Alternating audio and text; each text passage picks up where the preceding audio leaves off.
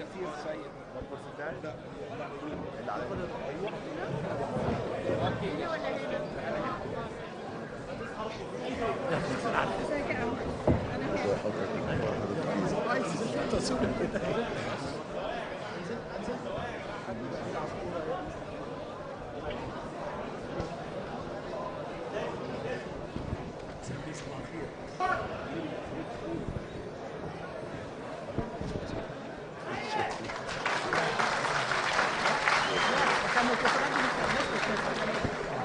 لا ممكن يوطي.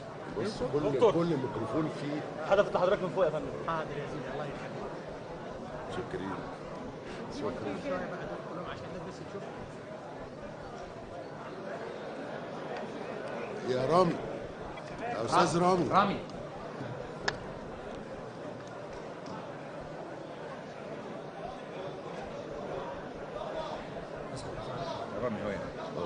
الميكروفونات لا عايزين نوطي الميكروفونات لان احنا مش باينين خالص. هنحاول نعلي. نبتدي بقى. يلا.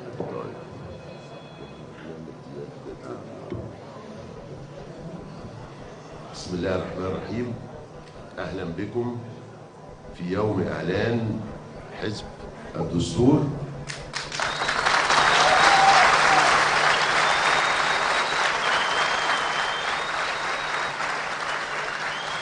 وقبل ان نستمع الى الدكتور محمد البرادعي وهو يعلن اعلان حزب الدستور، يجب ألا ننسى أصحاب الفضل علينا وعلى مصر في هذه اللحظة التاريخية، الشهداء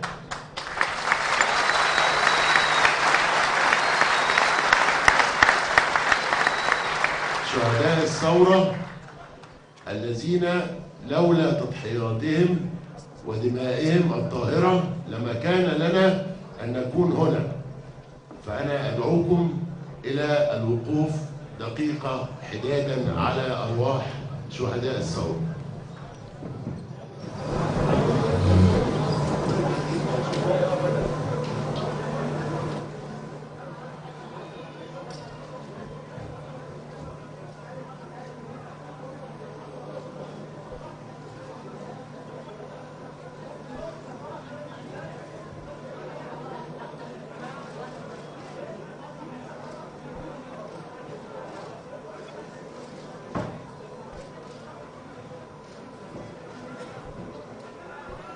خلاص كده دي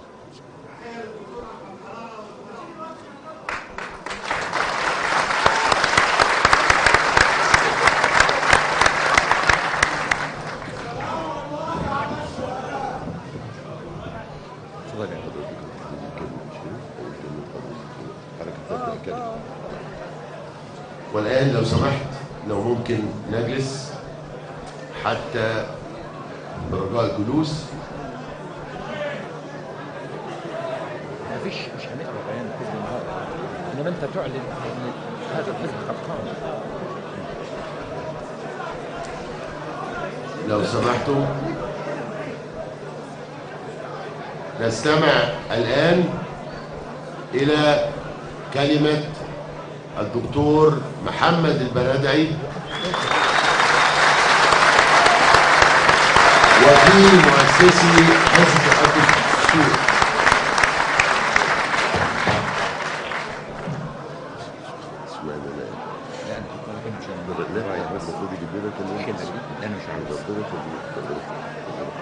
شكرا تسلم ايدك.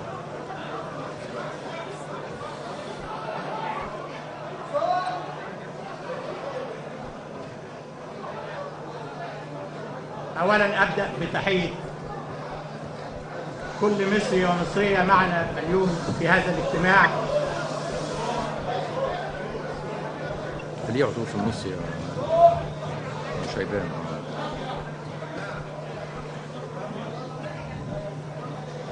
نحن هنا اليوم مجموعة من المصريين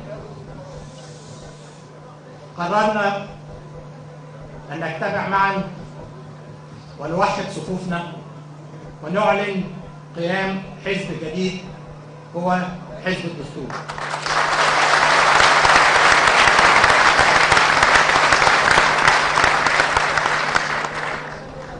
الهدف من هذا الحزب هو أننا ننقذ ثورة يناير العظيمة التي انحرف مسارها والتي قاربت على أن تجهض، وأن نستعيد مرة أخرى وحدتنا في أن نحقق أهداف الثورة: العيش، الحرية، الكرامة الإنسانية.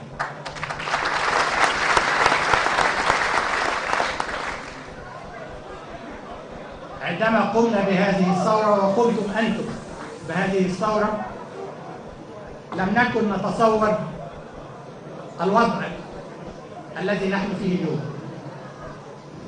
والمرحلة الانتقالية المأساوية التي نعيشها اليوم. لم نكن نتصور أن يكون الأمن في البلاد على هذا النحو الذي نراه. لم نكن نتصور أن الاقتصاد يتدهور بالمستوى الذي وصل إليه. لم نكن نتصور أن هناك برلمان لا يمثل تمثيلا عادلا كافة طوائف الشعب المصري، بل ومشكوك في شرعيته ودستوريته. لم نكن نتصور أنه ستجري انتخابات رئاسية لرئيس جمهورية لا يعرف صلاحياته. لم نكن نتصور أننا بعد أكثر من عام لا يوجد هناك حتى اتفاق على جمعية تأسيسية لوضع الدستور. لم نكن نتصور بالطبع كل ما تم من محاكمات عسكرية للشهداء الذين ضحوا بأرواحهم في سبيل هذا الوطن.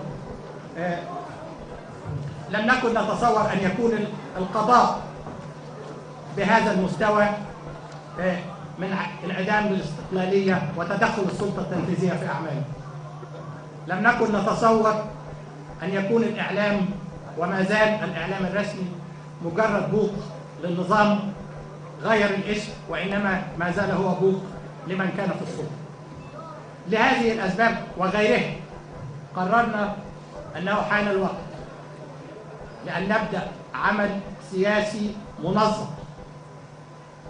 نحن الشعب المصري وغالبية الشعب المصري الذي قام بهذه الثورة من أجل أهداف لا يختلف عليها اثنان: أن نعيش أحرار في بلادنا، أن يكون لكل مصري الحق في الحياة الحرة الكريمة، أن تكون بلادنا مستقلة، وأن نعتز بكرامتنا جميعا في أي مكان كنا.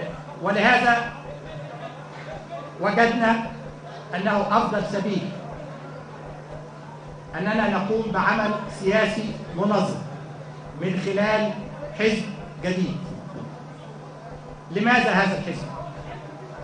ويتساءل الكثيرين لماذا حزب جديد؟ هذا الحزب في رأيي وفي رأي المؤسسين وله صفتين أساسيتين. هدفه هو جمع الشمل، جمع الشمل الشعب المصري، الشعب المصري الذي نرى أنه قد نحي جانبا في تلك المرحلة الانتقالية البائسة. الهدف الثاني أنه قال حان الوقت أن ننقل السلطة إلى جيل الشباب، جيل الشباب الذي فجر الثورة.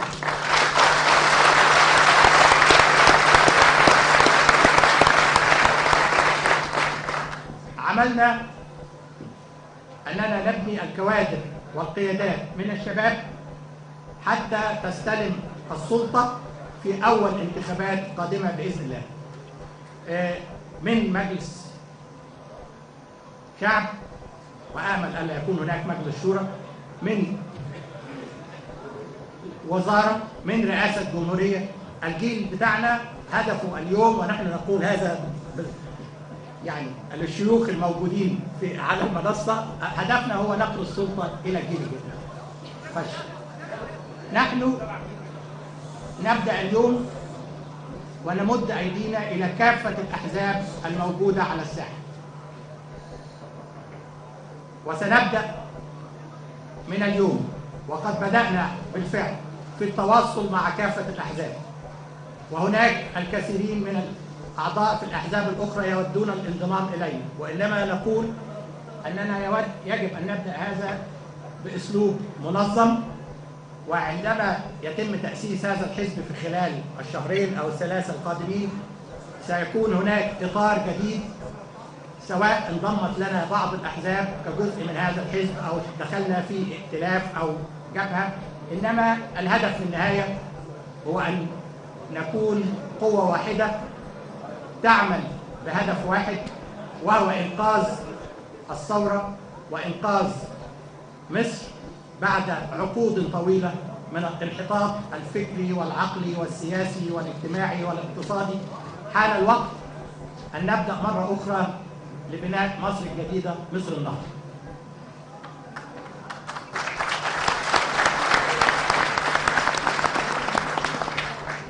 الكثيرين كانوا يتساءلون لماذا اليوم وقد تأخر هذا الحزب. أنا لا أعتقد هذا.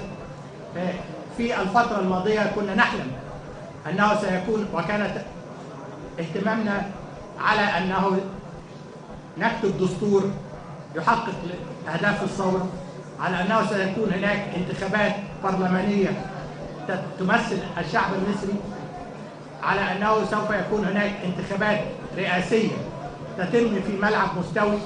لم يتم كل هذا، وبالتالي وجدنا أننا يجب أن نعود مرة أخرى إلى بداية الثورة، وأن نبدأ ليس عن طريق انتخاب رئيس، ليس عن طريق مؤسسة معينة، وإنما عن طريق عمل جماعي منظم سياسي موحد الهدف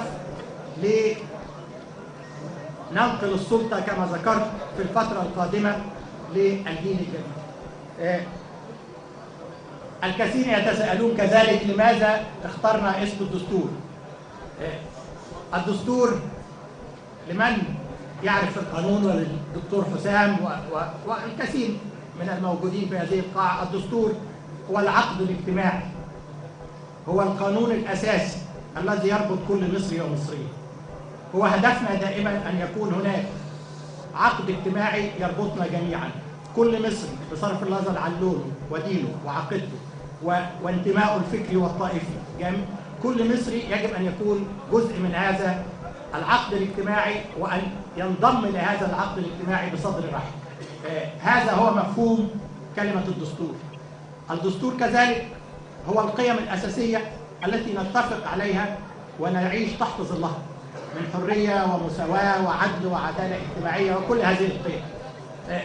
فعندما اخترنا كلمة الدستور اخترنا الكلمة لتعبر عن حلم الشعب المصري، فأن يكون شعبا مختلفا، أن يكون شعبا يستظل بمبادئ وقيم إنسانية نتفق معنا جميعا عليها: حرية العقيدة، حرية التعبير، الحرية من الخوف، الحرية من الفقر. كل هذا لا أعتقد أننا هناك يجب ألا يكون خلاف كما نرى اليوم. للأسف الشعب المصري تشرذم، الشعب المصري يعيش في الفترة الانتقالية تحت عشوائية كاملة سياسية واقتصادية واجتماعية، شعارات جوفاء، أيديولوجيات مصطنعة. الحزب كذلك ذكر الكثير أننا ليس. ما هي أيديولوجية هذا الحزب؟ أيديولوجية هذا الحزب في رأيي أننا جميعا مصريين. هذه هي أيديولوجية الحزب، أننا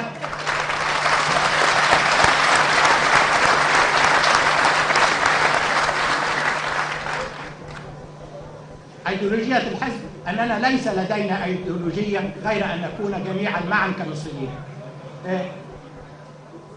لا أعتقد في هذه المرحلة والتي نبدأ فيها بناء الدولة من الصفر تقريبا أنه هناك خلاف أيا كان الشخص يساري أو يميني واستعملنا كثير من المصطلحات التي لا نفهم معناها، وللأسف أدخلنا في عقول المصريين الكثير من المصطلحات التي لا هي لها أي صلة بما نقوم به، ولا هي حتى مفهوم معناها في المجتمع المصري، من ليبرالية وعلمانية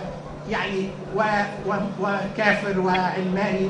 يعني لابد بأن نعمل هنا لنعود مرة أخرى لنصل إلى القواعد الشعبية ونفهم هذا الشعب العظيم أن عملنا ليس شعارات، وإنما أن نوفر لهم الحاجات الأساسية من مأكل وملبس ومسكن وتعليم ورعاية صحية، وأن نضمن أن يكون كل مصري حر كريم آمن على نفسه وعلى عائلته وعلى مجتمعه. لا أعتقد أن هذه يعني المبادئ الإنسانية التي اتفق عليها العالم أجمعه يمكن أن يختلف عليها أيا كان شخص يساري أو وسطي أو يمين، وبالتالي يجب أن ننسى هذه الشعارات وهذه الاتجاهات في هذه المرحلة. لا أعتقد أن هناك سواء كان شخص يأتي من أقصى اليمين إلى أقصى اليسار يختلف على أننا يجب أن نوفر التعليم لثلث الشعب المصري الذي لا يقرأ ولا يكتب. ليس هناك أيديولوجية في هذا.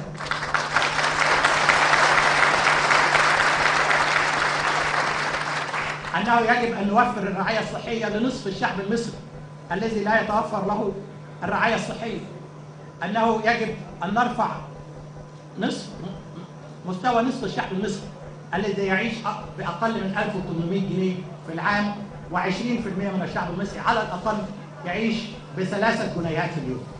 يعني يجب أن ننسى الشعارات ونعمل على أساس أن إذا كان لنا أيديولوجية فهي أيديولوجية العلم والكفاءة والمصداقية والمحاسبة، وكما دائما يعني باختصار كما دائما يذكر الدكتور علاء الأسواني الديمقراطية. الديمقراطية الحقيقية هي حلنا لننطلق إلى الأمام لمشروع نهضوي مصر.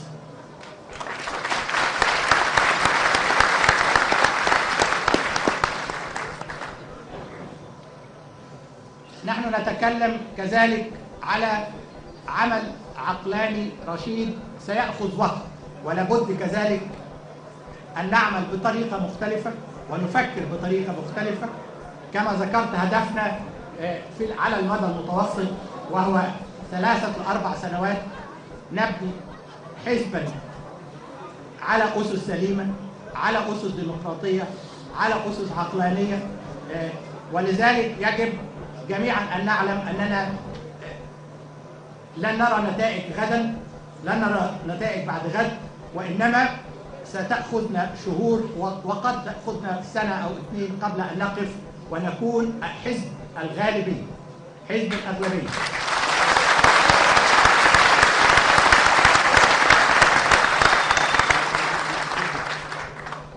الذي أنا واثق كل صدق أن هذا الحزب حزب مصر الوسطية، حزب الاعتدال، حزب السماحة، حزب المساواة، حزب العدل.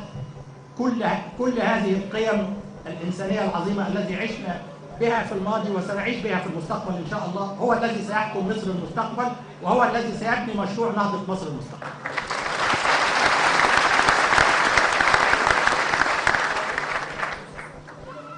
ذكرت أننا سنعمل بطريقة مختلفة ونتعلم من أخطائنا. يجب أن نعمل مع القواعد الشعبية التي لم نصل إليها. يجب أن نصل إلى كل فلاح وكل عامل وكل شخص بسيط ويحس أننا نحس بآلامه وبأحلامه. هذا تحدي كبير لم ننجح فيه في الماضي ويجب أن ننجح فيه في المستقبل. يجب أن نعمل بانضباط. حان الوقت لكي ننسى خلافاتنا ولن نسمح بخلافات. من يدخل هذا الحزب يجب أن يكون شخص هدفه الأساسي مستقبل مصر وليس ماذا سيحققه هذا الحزب له. مستقبل إذا آمن أن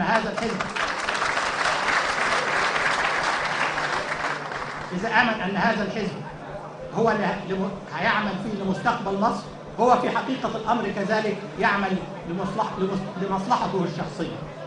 إذا بدأ كل شخص يعمل لمصلحته الشخصية فالجميع هيخسر في النهاية. يجب أن نفهم هذا ونغير مفهومنا ونفهم كيف نعمل.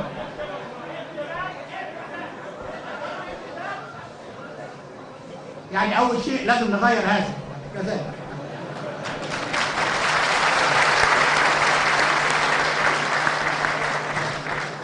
وأن نعرف الدقة والنظام والعمل الجماعي وكل هذه القيم التي ضاعت مننا في تلك المرحلة والمرحلة التي سبقتها. يجب أن نعمل بانضباط، يجب أن نعمل على أساس النتائج وأن نحدد نتائج محددة، وكل هذا سيكون بالطبع بمشاركتكم. هذا الحزب حزب كل مصري ومن أجل كل مصري. هذا الحزب حزب الشعب المصري ومن أجل الشعب المصري. كل واحد سينضم لهذا الحزب يجب أن يأخذ المبادرة ولا ينتظر أن تأتي إليه المبادرة.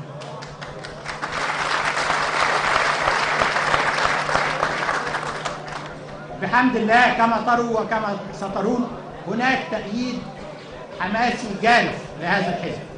هذا الحزب في رأيي يمثل بارقة أمل في ظلام حالك نعيشه هذا اليوم. إنما هناك توقعات كثيرة وتحديات كثيرة، يجب جميعا أن نعمل لنحقق آمال وطموحات الشعب المصري. يجب كذلك ألا نخذل هذا الشعب العظيم والذي خذلناه لعقود طويلة. يجب أن نكون صادقين معه ويرى أفعالنا أكثر ما يرى أقوالنا. كل هذا مطروح يعني لكم وبكم بوحدتنا وبعددنا. نحن غالبية الشعب المصري ونحن الذين سنحدد مستقبل مصر بإذن الله.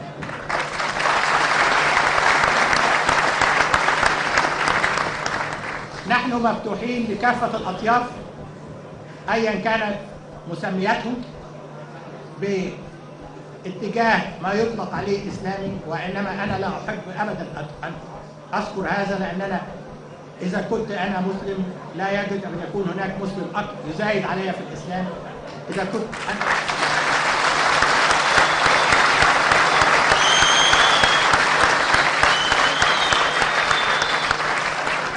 وليس هذا فقط، ولن أسمح له ألا يزايد علي في الإسلام.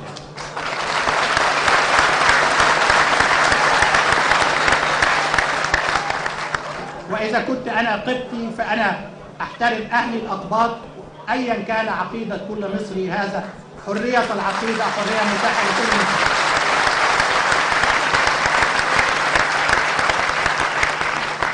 يجب أن نخرج من عصر الظلمات إلى عصر النور.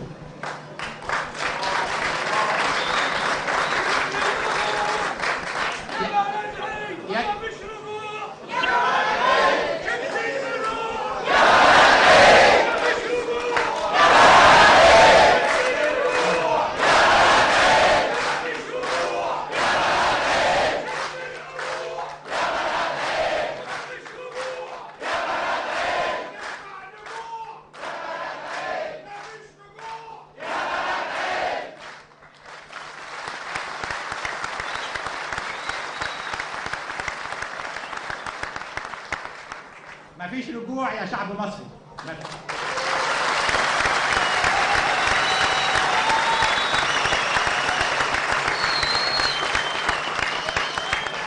مش هنرجع وعمرنا ما هنرجع، وهنطلع لقدام بيكم ومعاكم بإذن الله.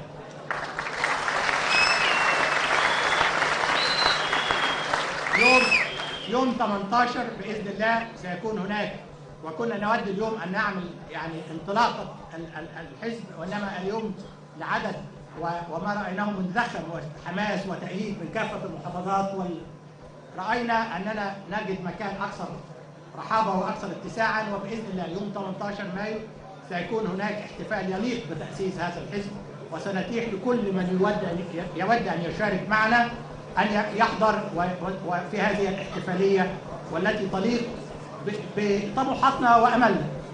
أنا أتحدث وأأمل على أن ننظر إلى الصورة الكبيرة. أتحدث وأأمل حزب يضم على الأقل 5 ملايين إن لم يكن أكثر من المصريين.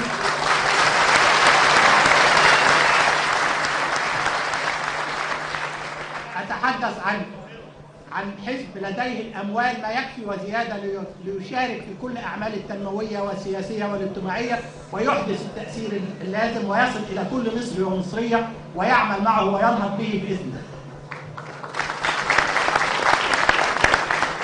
يعني بالنيابه عن زملائي واخواني اللي قاعدين معايا في المنصه وبالنيابه عنكم جميعا يعني ندعو الله ان يوفقنا، وانا كل ثقه زي ما قمنا بهذه الثوره واللي فجرها هذا الشباب العظيم، وزي ما نزلنا 20 مليون في الشارع باسلوب سلمي عظيم، سنجد باذن الله هذا الحزب في يوم من الايام يضم هذا ال 20 مليون مصري الذين نزلوا الثوره وينتزعوا اهداف ومبادئ الثوره ويضعونا على طريق السلم باذن الله.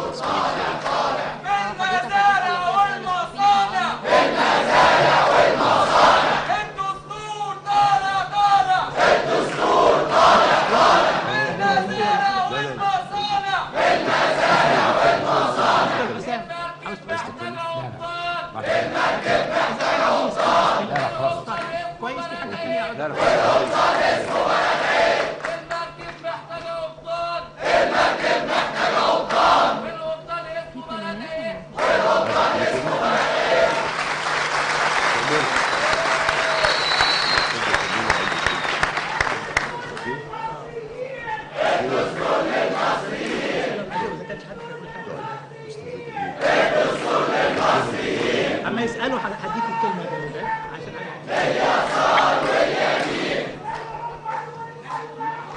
العمال والفلاحين مش كده الدستور للمصريين الدستور للمصريين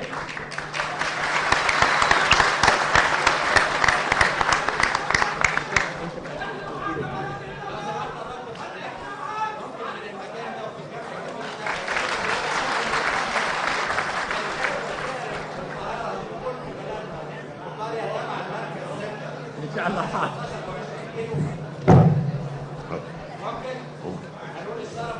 ده شرف لينا.